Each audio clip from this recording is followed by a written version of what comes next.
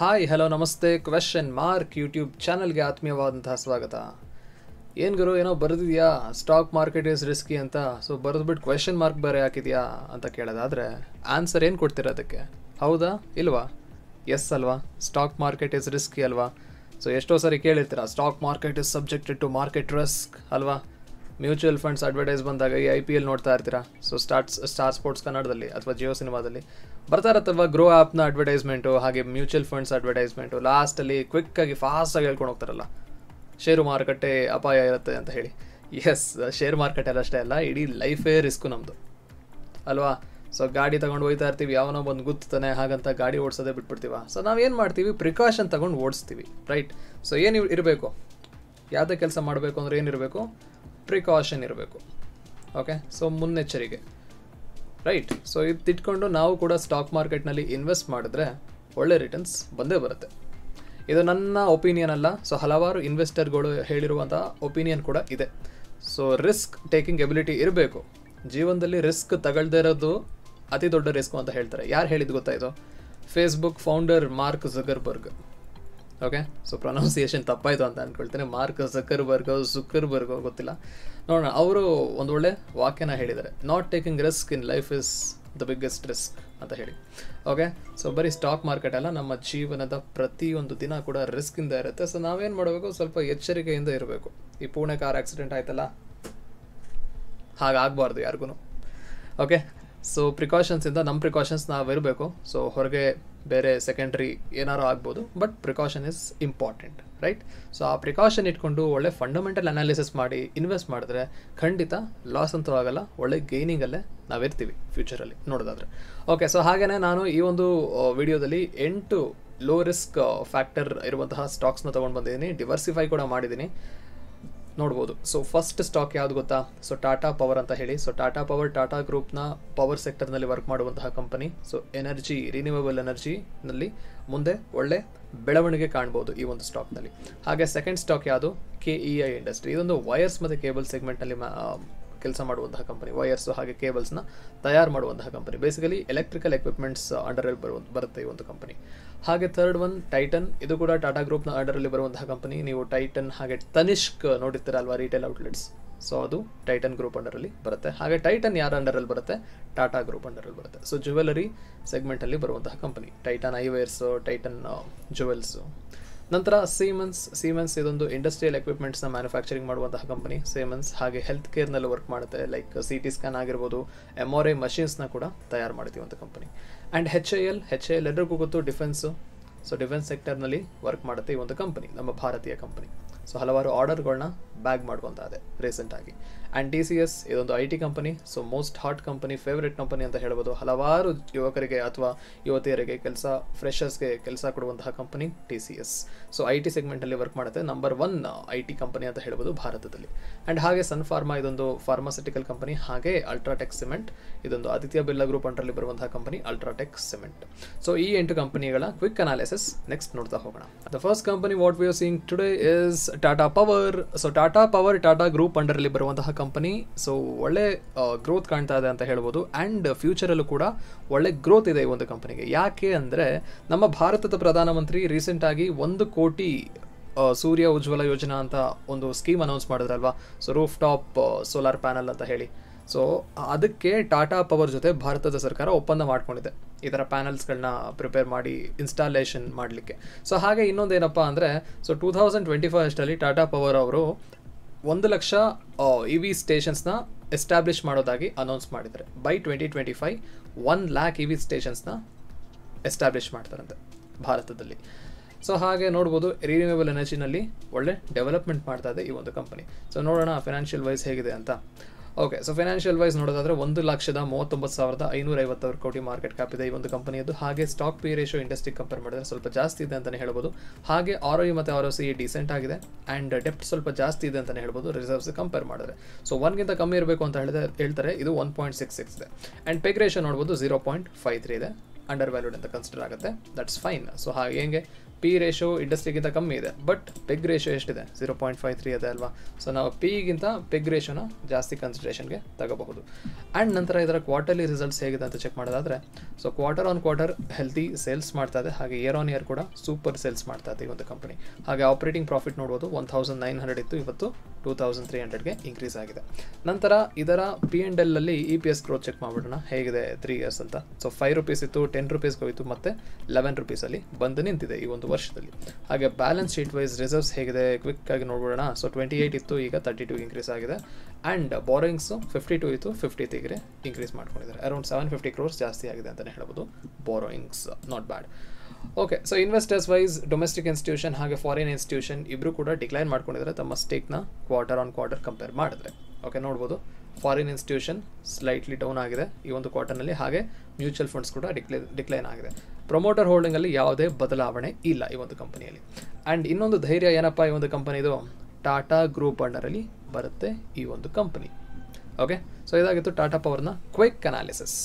So ಮುಂದಿನ company ಅಂದರೆ second company is KEI wires and cables. So ನೋಡ್ಬೋದು ವಿರಾಟ್ ಕೊಹ್ಲಿ, ದಿನೇಶ್ ಕಾರ್ತಿಕ್ ಹಾಗೆ ಸಿರಾಜ್ ಇದ್ದಾರೆ. ಸೊ KEI ನ ಬ್ರ್ಯಾಂಡ್ ಅಂಬಾಸಿಡರ್ ಆಗಿದ್ದಾರೆ. ಸೊ ಏನು ಮಾಡುತ್ತೆ ಇದು, ವೈರ್ಸ್ ಆ್ಯಂಡ್ ಕೇಬಲ್ಸ್ನಲ್ಲಿ ಕೆಲಸ ಮಾಡುವಂತಹ ಕಂಪನಿ, ವೈರ್ಸ್ ಮತ್ತು ಕೇಬಲ್ಸ್ನ ಮ್ಯಾನುಫ್ಯಾಕ್ಚರ್ ಮಾಡುತ್ತೆ ಈ ಒಂದು ಕಂಪನಿ. ಸೊ ನೋಡೋಣ ಫಿನಾನ್ಷಿಯಲ್ ವೈಸ್ ಹೇಗಿದೆ ಅಂತ ಹೇಳಿ. ಸೊ ಮಾರ್ಕೆಟ್ ಕ್ಯಾಪ್ 36,997 ಕೋಟಿ, ಹತ್ತಿರ 37,000 ಕೋಟಿ ಮಾರ್ಕೆಟ್ ಕ್ಯಾಪ್ ಇರುವಂತಹ ಕಂಪನಿ. ಹಾಗೆ ಇದರ ROE ಮತ್ತು ROC ಹೆಲ್ತಿ ಆಗಿದೆ. ಸೊ 15ಗಿಂತ ಜಾಸ್ತಿ ಇದೆ ಅಂತ ಕನ್ಸಿಡರ್ ಮಾಡ್ತೀವಿ ನಾವು. ಹಾಗೆ ಸ್ಟಾಕ್ ಪಿ ರೇಷೋ ನೋಡ್ಬೋದು, ಇಂಡಸ್ಟ್ರಿ ಪಿ ರೇಷೋ ಕಂಪೇರ್ ಮಾಡಿದ್ರೆ ಸ್ವಲ್ಪ ಜಾಸ್ತಿ ಇದೆ ಅಂತಲೇ ಹೇಳ್ಬೋದು. ನೋಡು 35 ಇದೆ ಇಂಡಸ್ಟ್ರಿ ಪಿ, ಹಾಗೆ ಸ್ಟಾಕ್ ಪಿ ರೇಷೋ 63ನಲ್ಲಿ ಓಡ್ತಾ ಇದೆ. ನಂತರ ಪ್ರೊಮೋಟರ್ ಹೋಲ್ಡಿಂಗ್ ಜಸ್ಟ್ 37% ಇದೆ. ಸೊ ಇದಕ್ಕೆ ಕಾಂಪಿಟೇಟರ್ ಯಾರು, ಪಾಲಿಕ್ಯಾಬ್ ಇಂಡಸ್ಟ್ರಿ ಅಲ್ವಾ. ಸೊ ಪಾಲಿಕ್ಯಾಬ್ನ ಕೂಡ ನೀವು ಕನ್ಸಿಡರೇಷನ್ಗೆ ತಗೋಬಹುದು. ಓಕೆ, ಸೊ ಡೆಪ್ಟ್ ಟು ಇಕ್ವಿಟಿ ರೇಷೋ ನೋಡ್ಬೋದು 0.05 ಇದೆ. ಸೊ ಡೆಪ್ಟ್ ಯೂಶಲಿ 1ಗಿಂತ ಕಮ್ಮಿ ಇರಬೇಕು ಅಂತ ಹೇಳ್ತಾರೆ. ಸೊ ಇದು ಆಲ್ಮೋಸ್ಟ್ ಡೆಪ್ಟ್ ಫ್ರೀ ಕಂಪನಿ ಅಂತ ಕರ್ಸ್ಕೊಳ್ತೀವಿ ಒಂದು ಕಂಪನಿ. ಆ್ಯಂಡ್ ಹಾಗೆ ಪೆಗ್ ರೇಷೋ ನೋಡ್ಬೋದು ಜಾಸ್ತಿ ಇದೆ. ಸೊ 2.44.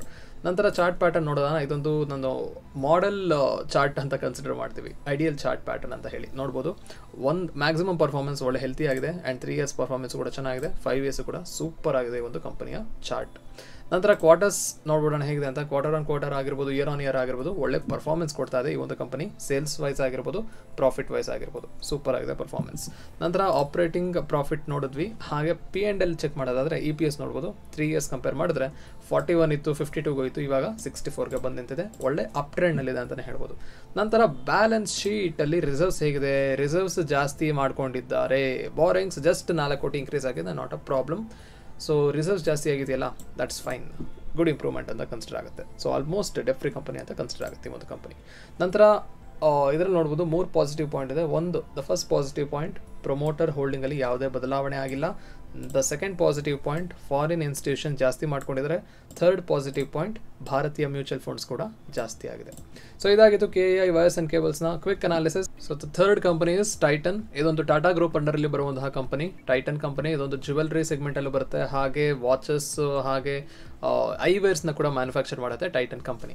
ಸೊ ನೋಡೋಣ ಫಿನಾನ್ಷಿಯಲ್ ವೈಸ್ ಹೇಗಿದೆ ಅಂತ ಹೇಳಿ. ಸೊ 2,87,000 ಮಾರ್ಕೆಟ್ ಕ್ಯಾಪ್ ಇದೆ. ಸ್ಟಾಕ್ ಪಿ ರೇಷೋ ಸ್ವಲ್ಪ ಜಾಸ್ತಿ ಇದೆ ಅಂತಲೇ ಹೇಳ್ಬೋದು. ಇಂಡಸ್ಟ್ರಿ ಕಂಪೇರ್ ಮಾಡಿದ್ರೆ ನೋಡ್ಬೋದು 26 ಇದೆ, ಸ್ಟಾಕ್ ಪಿ ರೇಷೋ 82 ಇದೆ. ಸೊ ಹಾಗಂದ್ರೆ ಏನು, ಇನ್ವೆಸ್ಟರ್ಸ್ ಜಾಸ್ತಿ ಈ ಒಂದು ಕಂಪನಿಯಲ್ಲಿ ನಂಬಿಕೆ ಇಟ್ಟು ಇನ್ವೆಸ್ಟ್ ಮಾಡ್ತಾ ಇದ್ದಾರೆ. ಸೊ ರಾಕೇಶ್ ಜುಂಜನ್ವಾಲಾ ಭಾರತದ ಬಿಗ್ ಬುಲ್ ಅಂತ ಕನ್ಸಿಡರ್ ಮಾಡ್ಕೋತೀವಲ್ವಾ. ಸೊ ಅವರ ಮಾರ್ಕೆಟ್ ಅಂದರೆ ಅವರ ಒಂದು ಪೋರ್ಟ್ಫೋಲಿಯೋದಲ್ಲಿ ಈ ಒಂದು ಸ್ಟಾಕ್ ಕೂಡ ಇದೆ. ಓಕೆ, ಸೊ ಅವರಿಂದನೇ ಈ ಸ್ಟಾಕ್ ತುಂಬ ಫೇಮಸ್ ಆಗಿರೋದು, ಹಲವಾರು ಇನ್ವೆಸ್ಟರ್ಸು ಇನ್ವೆಸ್ಟ್ ಮಾಡಿರೋದು. ಆ್ಯಂಡ್ ROE ಮತ್ತು ROC ಹೆಲ್ತಿ ಆಗಿದೆ, ಒಳ್ಳೆ ರಿಸಲ್ಟ್ ಕೊಡ್ತಾ ಇದೆ ROE ಮತ್ತು ROC. ಆ್ಯಂಡ್ ಇದರ ಡೆಪ್ಟ್ ಟು ಇಕ್ವಿಟಿ ರೇಷೋ ನೋಡ್ಬೋದು, ಡೆಪ್ಟ್ ಜಾಸ್ತಿ ಇದೆ ಈ ಒಂದು ಕಂಪನಿಯಲ್ಲಿ, ರಿಸರ್ವ್ಸ್ಗಿಂತ ಜಾಸ್ತಿ ಡೆಪ್ಟ್ ಇದೆ. 1.65 ಇದೆ ಡೆಪ್ಟ್ ಟು ಇಕ್ವಿಟಿ ರೇಷೋ.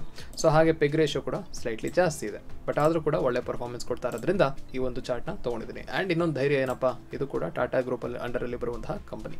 ಸೊ ರೀಸೆಂಟಾಗಿ ಅಂಡರ್ ಪರ್ಫಾರ್ಮ್ ಕೊಡ್ತಾ ಇದೆ, ಯಾಕಂದರೆ ಮಾರ್ಚ್ ಕ್ವಾರ್ಟರ್ಲಿ ರಿಸಲ್ಟ್ಸ್ ಸ್ವಲ್ಪ ಡೌನ್ ಆಗಿದೆ ಅಂತಲೇ ಹೇಳ್ಬೋದು. ಯಾಕಂದರೆ ನೋಡ್ಬೋದು ಮಾರ್ಚ್ ಇಯರ್ ಆನ್ ಇಯರ್ ಒಳ್ಳೆ ಪರ್ಫಾರ್ಮೆನ್ಸ್ ಕೊಟ್ಟಿದೆ, but quarter on quarter decline ಆಗಿದೆ ಕಂಪನಿಯ ಸೇಲ್ಸ್, ಹಾಗೆ ಪ್ರಾಫಿಟ್ ಕೂಡ ಡಿಕ್ಲೈನ್ ಆಗಿದೆ. ನೋಡ್ಬೋದು 400 ಕೋಟಿ ಹತ್ತಿರ ಡಿಕ್ಲೈನ್ ಆಗಿದೆ.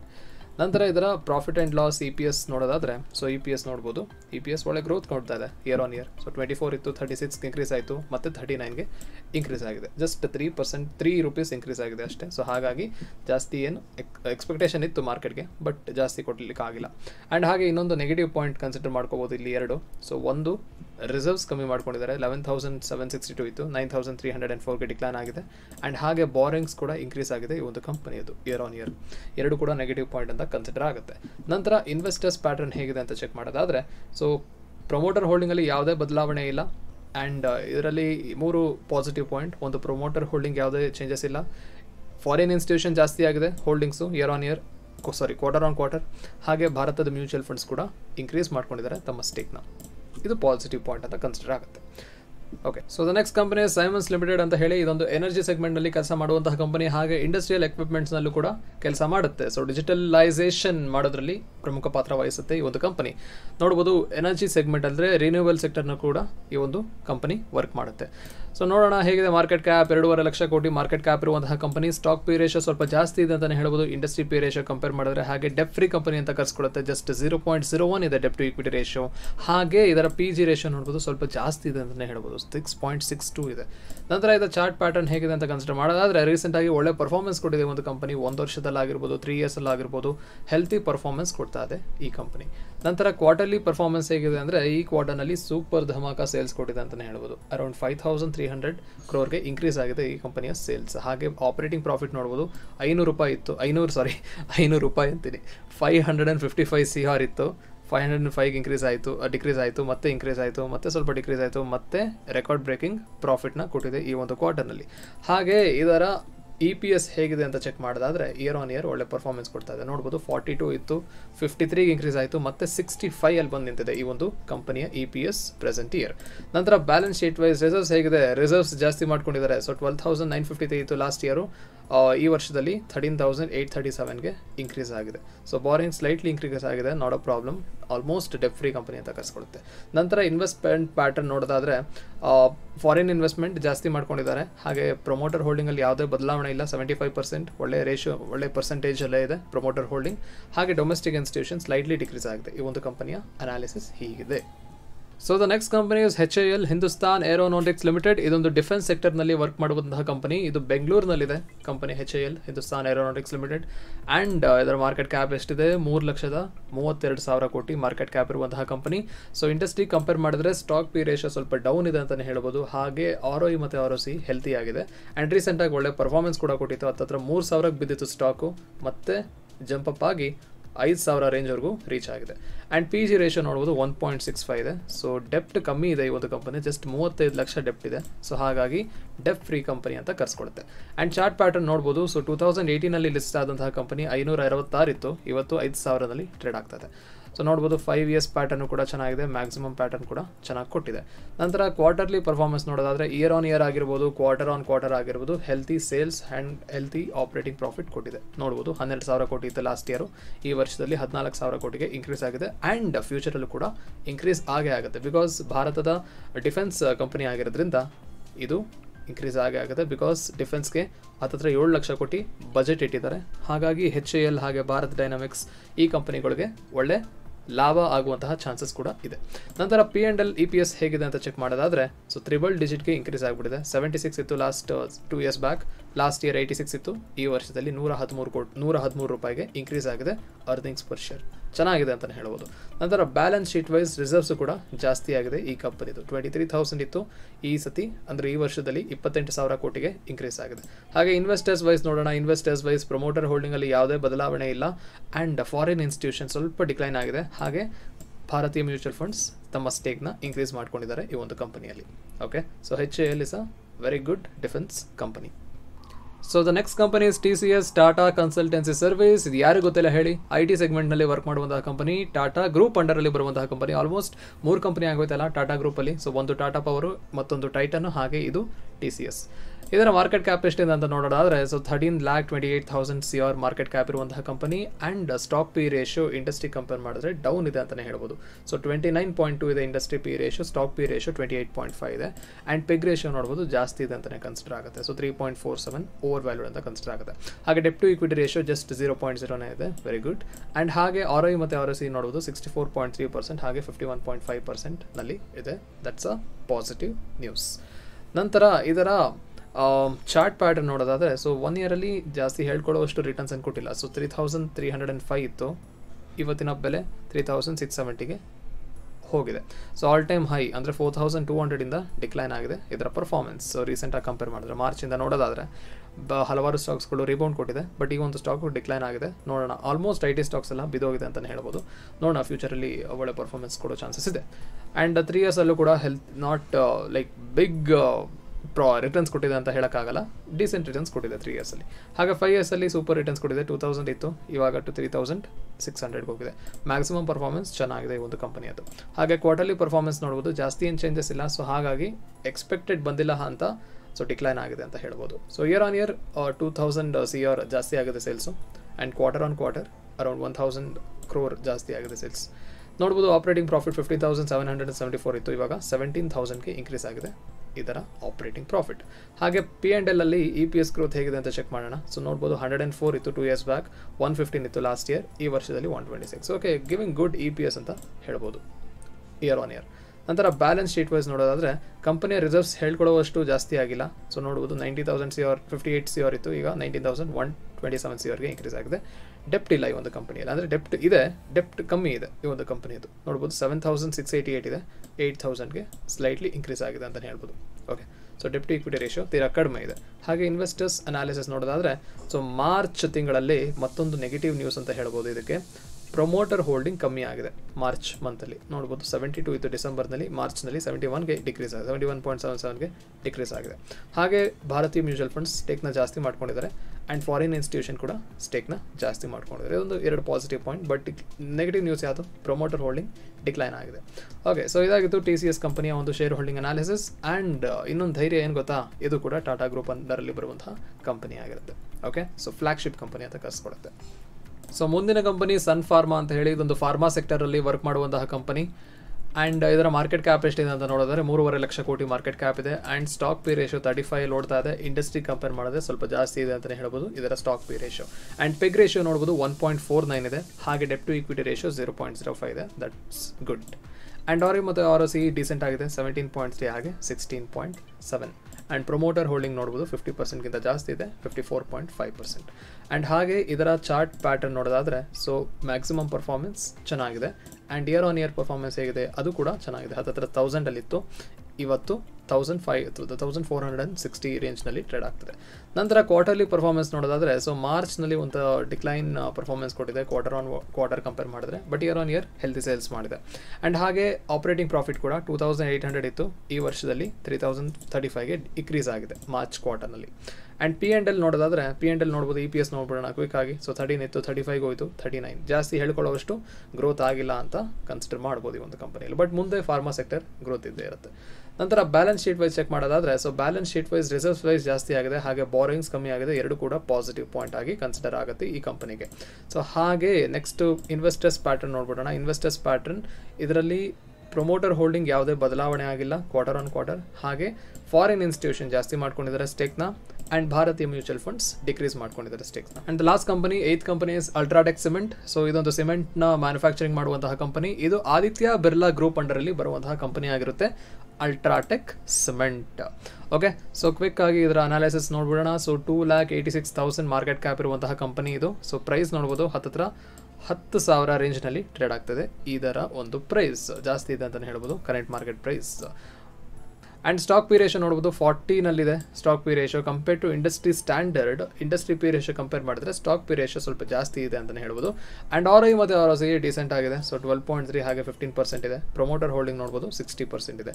ಸೊ ಜಾಸ್ತಿ ಹೋಲ್ಡಿಂಗ್ ಇರೋದು ಯಾವುದು? Grasim industry. So Grasim industry ಅದು ಕೂಡ ಎಲ್ಲಿ ಕೆಲಸ ಮಾಡೋದು? ಅದು ಕೂಡ ಆದಿತ್ಯ ಬಿರ್ಲಾ ಗ್ರೂಪ್ ಅಂಡರಲ್ಲಿ ಬರುವಂತಹ ಕಂಪನಿ, ಅವ್ರದ್ದೇ ಕಂಪನಿ.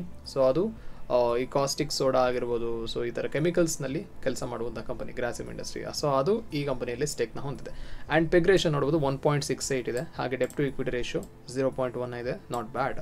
ನಂತರ ಇದರ ಚಾರ್ಟ್ ಪ್ಯಾಟರ್ನ್ ನೋಡ್ಬಿಡೋಣ. ಸೊ ಮ್ಯಾಕ್ಸಿಮಮ್ ಪರ್ಫಾರ್ಮೆನ್ಸ್ ಸೂಪರ್ ಆಗಿದೆ ಅಂತಲೇ ಹೇಳ್ಬೋದು. ಮ್ಯಾಕ್ಸಿಮಮ್ ಚಾರ್ಟ್ 1 ಇಯರಲ್ಲಿ ಕೂಡ ಒಳ್ಳೆ ಪರ್ಫಾರ್ಮೆನ್ಸ್ ಕೊಟ್ಟಿದೆ, 3 ಇಯರ್ಸಲ್ಲೂ ಸೂಪರ್ ಪರ್ಫಾರ್ಮೆನ್ಸ್, 5 ಇಯರ್ಸಲ್ಲೂ ಚೆನ್ನಾಗಿದೆ ಪರ್ಫಾರ್ಮೆನ್ಸ್, ಹಾಗೆ ಮ್ಯಾಕ್ಸಿಮಮ್ ಪರ್ಫಾರ್ಮೆನ್ಸ್ ಕೂಡ ಚೆನ್ನಾಗಿದೆ. And quarter on quarter healthy sales, record breaking sales ಮಾಡಿದೆ ಈ ಒಂದು ಕ್ವಾರ್ಟರ್ನಲ್ಲಿ. 20,419 CRಗೆ ಇನ್ಕ್ರೀಸ್ ಆಗಿದೆ ಈ ಒಂದು ಕಂಪನಿಯ ಸೇಲ್ಸ್. ಹಾಗೆ ಆಪರೇಟಿಂಗ್ ಪ್ರಾಫಿಟ್ ಕೂಡ 4,000 CRಗೆ ಮುಟ್ಟಿದೆ.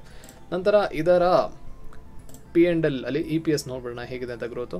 ಸೊ 254 ಇತ್ತು, 175 ಡೌನ್ ಆಗಿತ್ತು, ಮತ್ತೆ 240ಗೆ ಇನ್ಕ್ರೀಸ್ ಆಗಿದೆ. ಸೊ 2 ಇಯರ್ಸ್ ಕಂಪೇರ್ ಮಾಡಿದ್ರೆ, ಸೊ ಲಾಸ್ಟ್ ಇಯರ್ ಕಂಪೇರ್ ಮಾಡಿದ್ರೆ ಚೆನ್ನಾಗಿದೆ, but second last year compare ಮಾಡಿದ್ರೆ ಡೌನ್ ಇದೆ ಅಂತಲೇ ಹೇಳ್ಬೋದು. EPS ನೋಡೋಣ ಮುಂದಿನ ವರ್ಷ ಹೇಗೆ, ಅಂದರೆ ಈ ವರ್ಷ ಹೇಗೆ ಪರ್ಫಾರ್ಮೆನ್ಸ್ ಕೊಡುತ್ತೆ ಅಂತ ಹೇಳಿ. ನಂತರ ಬ್ಯಾಲೆನ್ಸ್ ಶೀಟ್ ವೈಸ್ ರಿಸರ್ವ್ಸ್ ಜಾಸ್ತಿ ಆಗಿದೆ, ಹಾಗೆ ಬಾರಿಂಗ್ಸ್ ಕೂಡ ಸ್ಲೈಟ್ಲಿ ಇನ್ಕ್ರೀಸ್ ಆಗಿದೆ ಅಂತಲೇ ಹೇಳ್ಬೋದು. ಜಾಸ್ತಿ ಏನು ಇನ್ಕ್ರೀಸ್ ಆಗಿಲ್ಲ ಬಾರಿಂಗ್ಸು, ರಿಸರ್ವ್ಸ್ ಅರೌಂಡ್ 5,000 CR ಜಾಸ್ತಿ ಆಗಿದೆ, ಬಾರೋಯಿಂಗ್ಸು ಎಷ್ಟು ಆಲ್ಮೋಸ್ಟ್ ಒಂದು 350 CR ಜಾಸ್ತಿ ಮಾಡ್ಕೊಂಡಿದ್ದಾರೆ. ಸೊ ಇನ್ವೆಸ್ಟರ್ಸ್ ವೈಸ್ ಹೇಗಿದೆ, ಸೊ ಜಾಸ್ತಿ ಹೋಲ್ಡಿಂಗ್ ಇರೋದು 59.96 ಅರೌಂಡ್ 60% ಹೋಲ್ಡಿಂಗ್ ಇದೆ ಪ್ರಮೋಟರ್ಸ್ ಹತ್ರ. ಆ್ಯಂಡ್ ಇದರಲ್ಲಿ ಫಾರಿನ್ ಇನ್ಸ್ಟಿಟ್ಯೂಷನ್ ಡಿಕ್ಲೈನ್ ಆಗಿದೆ ಪರ್ಸೆಂಟೇಜ್, ಹಾಗೆ ಭಾರತೀಯ ಮ್ಯೂಚುವಲ್ ಫಂಡ್ಸ್ ಇನ್ಕ್ರೀಸ್ ಮಾಡ್ಕೊಂಡಿದ್ದಾರೆ ಹೋಲ್ಡಿಂಗ್. ಸೊ ಇದಾಗಿತ್ತು 8 ಕಂಪನಿಗಳ ಶೇರ್ ಹೋಲ್ಡಿಂಗ್ ಅನಾಲಿಸಿಸ್. ನೀವು ಹೇಳ್ಬೋದು stock P ratio, peg ratio ಎಲ್ಲ ಜಾಸ್ತಿ ಇದೆಯಲ್ಲ, ಓವರ್ ವ್ಯಾಲ್ಯೂಡ್ ಆಗಲ್ವಾ ಅಂತ ಹೇಳಿ. ಎಸ್, ಓವರ್ ವ್ಯಾಲ್ಯೂಡ್ ಆಗುತ್ತೆ. ಅದಕ್ಕೆ ನಾನು ಬೇರೆ ಬೇರೆ ಫ್ಯಾಕ್ಟರ್ಸ್ನು ಕೂಡ ಕನ್ಸಿಡರೇಷನ್ಗೆ ತೊಗೊಂಡೆ, ಲೈಕ್ ಪ್ರಮೋಟರ್ ಹೋಲ್ಡಿಂಗ್ ಆಗಿರ್ಬೋದು, ಚೇಂಜ್ ಇನ್ ಪ್ರಮೋಟರ್ ಹೋಲ್ಡಿಂಗ್ ಆಗಿರ್ಬೋದು, ಹಾಗೆ ಕ್ವಾರ್ಟರ್ಲಿ ಸೇಲ್ಸು, ಪ್ರಾಫಿಟ್ ವೈಸ್ ಹೇಗಿದೆ ಅಂತ ಹೇಳಿ. ಸೊ ಹಾಗಾಗಿ ಈ ಒಂದು ಕಂಪನಿ ನನಗೆ ಅನ್ಸೋದ್ರಲ್ಲಿ ಲೈಕ್ ಲೋ ರಿಸ್ಕ್ ಫ್ಯಾಕ್ಟರ್ ಇರುವಂತಹ ಕಂಪನಿ ಆ್ಯಂಡ್ ಮುಂದೆ ಗ್ರೋತ್ ಆಗುವಂತಹ ಕಂಪನಿ ಅಂತ ಈ ಒಂದು 8 ಕಂಪನಿಗಳನ್ನ ತಗೊಂಡೆ. ಆ್ಯಂಡ್ ಈ 8 ಕಂಪನಿಗಳಲ್ಲಿ ನಿಮ್ಮ ಬಳಿ ಯಾವ್ದಾದ್ರು ಕಂಪನಿ ಇದ್ದರೆ ಯಾವ ಕಂಪನಿ ನಿಮ್ಮ ಬಳಿ ಇದೆ ಅನ್ನೋದನ್ನು ಕಮೆಂಟ್ ಮುಖಾಂತರ ತಿಳಿಸಿ. Thank you.